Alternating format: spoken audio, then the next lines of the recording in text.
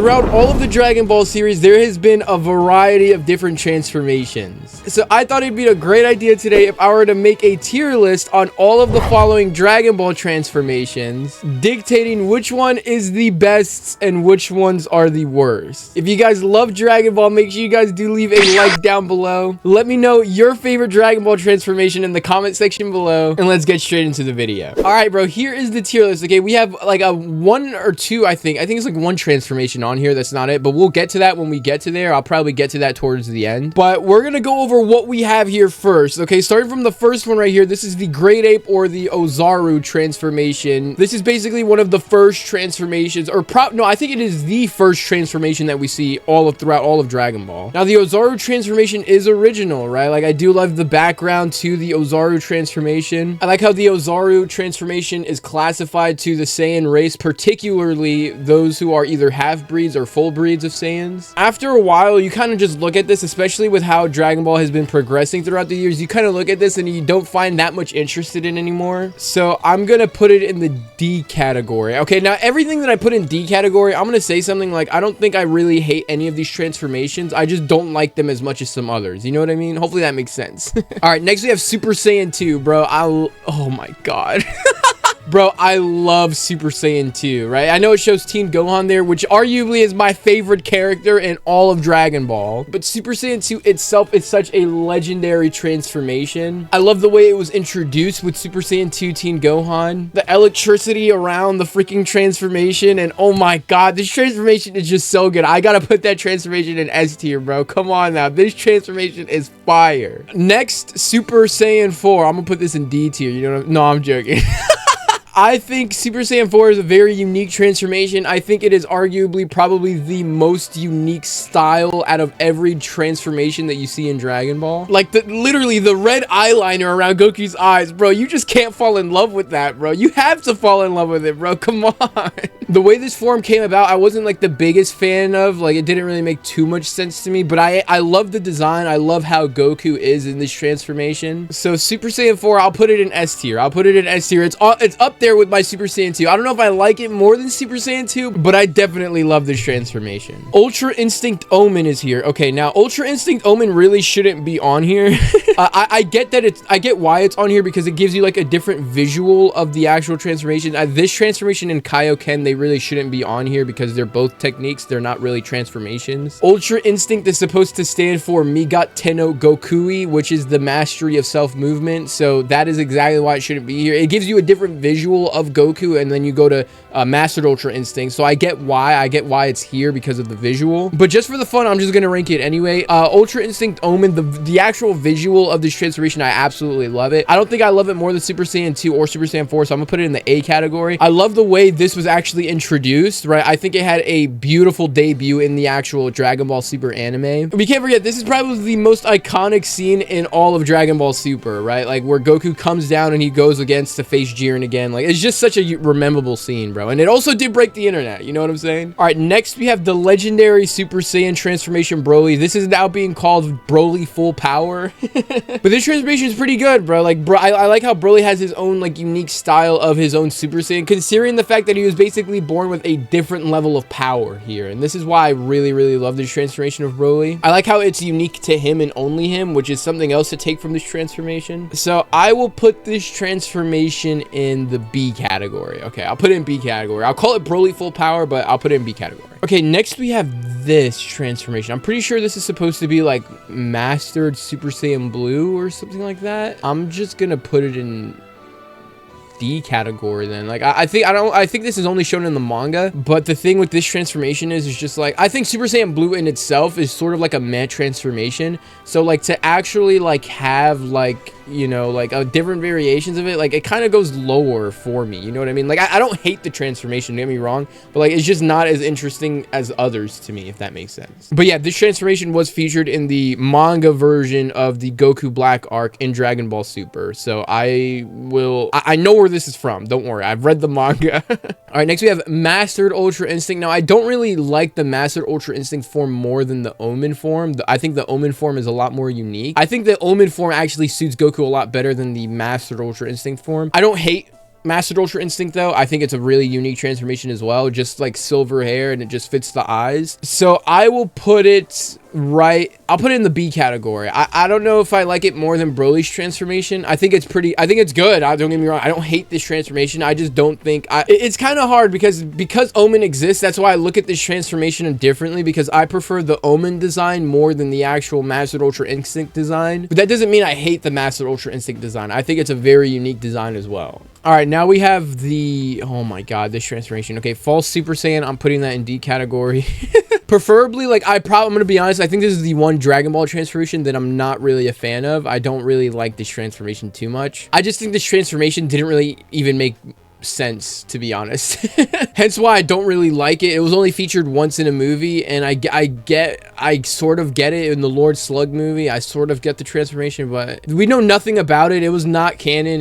There's just nothing to really dive deep into. It's just not a very unique transformation, to be fair. All right, next we have the original Super Saiyan transformation. This is obviously when Goku goes Super Saiyan against Frieza. Obviously the most iconic scene. It's got to go in S tier. I love the Super Saiyan transformation. Definitely the most memorable moment in all of Dragon Ball for me. Considering that I am an old school Dragon Ball fan, I don't think there's any like, the only moment in Dragon Ball that I think is more hype or more like memorable for me is probably when Teen Gohan goes Super Saiyan 2 against Cell. But other than that, like, this is probably like my second favorite transformation scene in all of Dragon Ball, so it's got to go in S tier. Okay, next we have the Golden Ozaru. This is featured in Dragon Ball GT. This is okay. I'm gonna put it in C category. I did like it more than the original Ozaru transformation. I like the concept behind this, and I also like how it basically linked to basically Baby trying to be a great ape as well, which I thought was pretty cool. I think Baby is probably like one of my most favorite non-canon Dragon Ball characters, so I think that's pretty cool. All right, next we have Kaioken, the King Kai Fist. I think that, like I said, this is a technique. I think the only reason why it's on here is because it has a different visual, which I do understand. Again,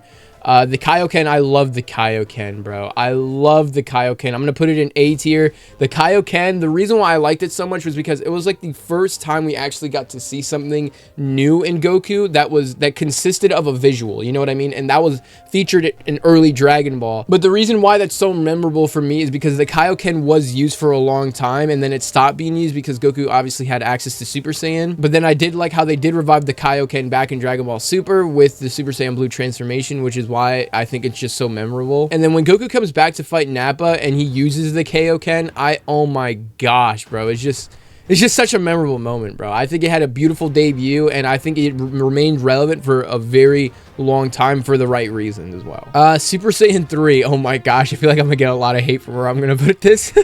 Super Saiyan 3, I'll put it in the B category, the high B category. I really like Super Saiyan 3. I think what's very unique about it is how it's rarely used, but I just don't really like the idea of how much it drains energy and how much it's really like, how much of a toll it takes on Goku, basically. I hope we get to see more of this transformation in the future, because I think it's actually a really cool transformation. I don't know, I just feel like there's a lot to consider with this kind of transformation. I think the 5-minute screaming scene was a bit much, but I absolutely love the design of this transformation, and I love what this transformation specifically did in the Boo arc, and I love how Gotenks was also able to access this transformation. So I don't know, dude, I feel like there's gonna be an all-out war in the comments because of my opinion on this, but it's my opinion, bro. I just really love the design of this transformation. All right, next we have the basically human formed like Ozaru for Broly that's in the Dragon Ball Super Broly movie. I'm gonna put this in the C category. I think it's kind of cool how Broly was able to do that. I think it tied together well with how Paragus in the movie was saying how he had to remove Broly's tail because when he went to his Ozaru form, not only did he not have control, but he was way too powerful. And I think this transformation really showed why Broly had to always be suppressed and controlled because of how outrageous his strength was. But it's a decent transformation. It's not something that cuts really deep, right? Like, it's just one of those things where it's like, okay, we know Broly's gonna get something big, he's gonna get a transformation, but I do like the style. I like what they were going for with this transformation. All right, next we have Super Saiyan Grade 3 Trunks. Now this is the one where obviously Trunks gets like big bulky muscles. Obviously every Saiyan at that time had access to that transformation during the time it was the Cell games, but they just chose not to use it because of how slow it was and, you know, basically what it did. Super Saiyan Grade 3, I'll probably put it it in the D category. I don't know, like, I feel like this transformation, like, it didn't really show too much because it was, the second it was introduced was also the second that it was known to be useless. So because this transformation is very useless and it's given screen time for, like, probably, like, an hour in total out of all of Dragon Ball, I don't think I'm like the biggest fan of this transformation. I think I like it more than full Super Saiyan. That's why I put it above full Super Saiyan, but I don't really like it like as a transformation at all. All right, next we have Super Saiyan God. I will put Super Saiyan God in the A tier. I think Super Saiyan God, I love the aura for Super Saiyan God. I am in love with the aura for Super Saiyan God. Like the flamey aura and then the red hair. And I think the red hair, I love how the red hair really like signifies that you're a deity. You know what I mean? Like that godly deity. So that's why I love like the flames as well. I also love what the transformation does to your body, like how it makes you drop a few pounds and you look skinnier and stuff like that. It literally makes you look like a deity, which is why I love this transformation. I wouldn't put it in S tier because we aren't really seeing this transformation too much because the jump from Super Saiyan God to Super Saiyan Blue was just so fast. So when we see the transformation more, obviously I know it's seen a lot in the manga and I hope they show it more in the anime, but for now I'm just gonna have to put it in A tier. All right, next we have Super Saiyan Blue Evolution. Now I don't necessarily hate this transformation per se. I wouldn't put it down here in the D category. I would probably put it in the C category. All of these transformations, they're basically Super Saiyan Blue, but they just have like a sort of like a different design. They're just different variations of Super Saiyan Blue, basically. So Super Saiyan Blue Evolution is just one of those transformations where it's just like, it's just the perfected Super Saiyan Blue for Vegeta in this case. Obviously, it's more glowy, like probably a little bit too glowy for the transformation, so the design is kind of like a little for me. But I think the Super Saiyan Blue transformation in itself is sort of like a meh transformation, so I wouldn't put Evolution above Super Saiyan Blue, if that makes sense. Speaking of Super Saiyan Blue, now we have Super Saiyan Blue here. I will put Super Saiyan Blue in the B category, but I'm gonna put it in like the low B category, and that's just because like there was seemingly no build-up for this transformation. It kind of just happened. I think it's like a very boring transformation. It's sort of just like a Super Saiyan with a blue tapped into it, so there was nothing unique about the transformation compared to like a Super Saiyan 4 or something like that. But I do love the moments Super Saiyan Blue has. I do love the way it's displayed in Dragon Ball Super as well. I do love the fight scenes with Super Saiyan Blue. I just feel like there's a lot with Super Saiyan Blue with how it was introduced and the build up for it and stuff like that. I just feel like it doesn't add up too well for me, at least. Super Saiyan Blue Kaioken, I'm gonna put that in C. I'm gonna put that above Blue Evolution, and that's just because I feel like the Blue Evolution transformation was a little bit more expected compared to the Kaioken one. I just think the Super Saiyan Blue Kaioken transformation just was more unexpected, and I love the moment that it actually had against Hit. Obviously, it goes up to Super Saiyan Blue Kaioken times 10 and times 20, which you can't really, it's the same thing. But yeah, no, I just think Super Saiyan Blue Kaioken had more like exciting fights and more exciting battles compared to Blue Evolution, which is why I would probably just put it higher, rank it higher than Super Saiyan Blue Evolution. Now, Super Saiyan Rage Trunks, I'm gonna put this in the C category, and that's just simply because we don't really know that much about this transformation. We don't know how Trunks got this transformation. We don't know where he got it from. We don't know the explanation behind it. We just see him use it a few times in the few battles that he has with Goku Black and Super. I think the actual transformation scene for this transformation was absolutely amazing. Honestly, probably one of my most favorite transformation scenes in all of Dragon Ball. But if we knew more about the transformation, then I'd probably put it in the B tier, maybe even the A tier. We just don't know that much about the transformation, and that's probably why I wouldn't rank it any higher. Okay, now Super Saiyan Rose. I'm gonna put Super Saiyan Rose in the B category, probably the high B category. I think the Super Saiyan Rose transformation is really good. The reason why I probably wouldn't put it in A or S is because although I think the transformation is very unique and fits Goku Black very well, right, the way I look at it and the way the design actually is the same way I look at Super Saiyan Blue. It's just Super Saiyan with a different color dye, if that makes sense. But I think the transformation is really cool in itself. I think like it really suits the character of Goku Black, which is why it was featured in a very, very unique way. And I also love the name for the transformation, right? You would think it would be called Super Saiyan Pink, like the way it's called Super Saiyan Blue, but it's Super Saiyan Rose, like a it's really cool, bro. I love it. Next we have Super Saiyan Grade 2 Vegeta, or Super Vegeta, whatever you want to call it. Super Saiyan Grade 2 Vegeta, I'll probably put it in the B category, probably the low B category. Like you can't negate the final Flash scene, bro. The final Flash scene with this transformation is absolutely legendary, especially with the Bruce Faulkner music. This transformation did have many moments where it got me upset, especially with Vegeta, especially when he allowed Cell to get to his perfect form. But if it wasn't for that, then we wouldn't get Super Saiyan 2 Teen Gohan. So, you know, I'll let him slide. But yeah, these are just basically different variations of the Super Saiyan form. So it's okay for me. Okay, now lastly, we have the Ultimate Gohan transformation, I'll put that in the C category as well. I think we didn't see that much of it, and I think like they really just like overused this transformation way too freaking much in the anime.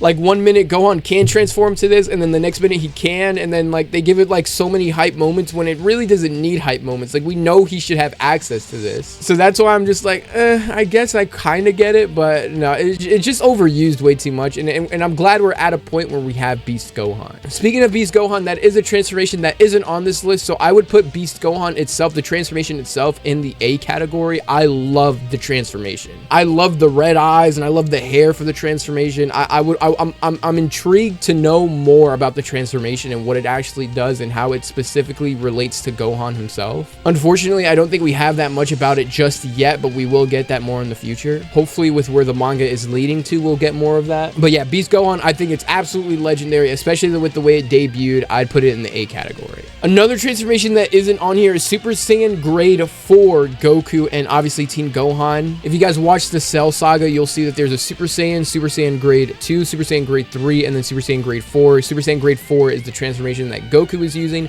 when he fought Perfect Cell. Same boat as Super Vegeta. I would probably put it in the B category. I thought it was very unique, and I liked how Goku was masked. He was basically using a different formula, I guess you could say, to master Super Saiyan compared to like Vegeta and Trunks was. Next, you can say the Orange Piccolo transformation. I think you can rank that as well, to be honest. So the Orange Piccolo transformation, I would probably put it in the B category as well, probably just below Super Saiyan Rose. I think the Orange Piccolo transformation is okay. I don't really like how he got it. I think Piccolo, because he's a Namekian, he should have his own distinct setting of transformations as well. I think it's kind of wacky how he had to use Shinron in order to transform. I do love the moment with Orange Piccolo in itself, with how he's like rising up and then like Gamma 2 can't even punch that motherfreaker.